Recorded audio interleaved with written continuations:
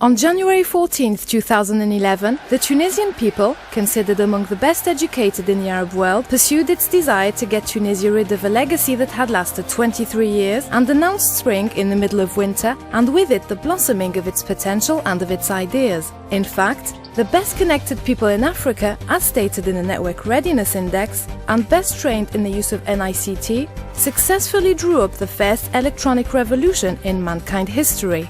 This very talented population, particularly adherent to new technologies, has long been seen as the absolute wealth of Tunisia and as a vector of transmission across generations of a 3,000-year business culture. At the beginning of the 70s, thousands of international businesses concerned with their competitiveness next flocked to Tunisia, with the assurance to find local skills particularly passionate about the challenges and well-equipped in technical and scientific distinguished qualifications. Located at the northern tip of Africa and only 2 hours away from major European cities, Tunisia has always been considered as a privileged platform for international development thanks to a favorable legislation and a universal living model.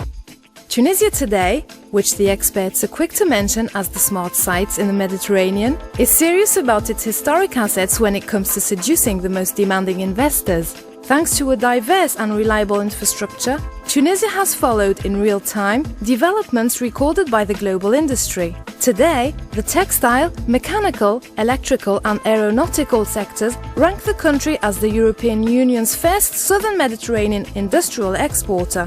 From apparel to high-end mechanical parts, companies operating in Tunisia meet in time orders from Europe or even the US market. Having proved to have strong traditions in typical industrial niches, Tunisia moves confidently towards the assimilation of new areas that make human intelligence an apparatus for growth. Offshoring and research and development are already attracting the most prestigious names in the industry. One of the first technology centers dedicated to such activities is now actually seeing its third extension being made for it to be able to respond to requests.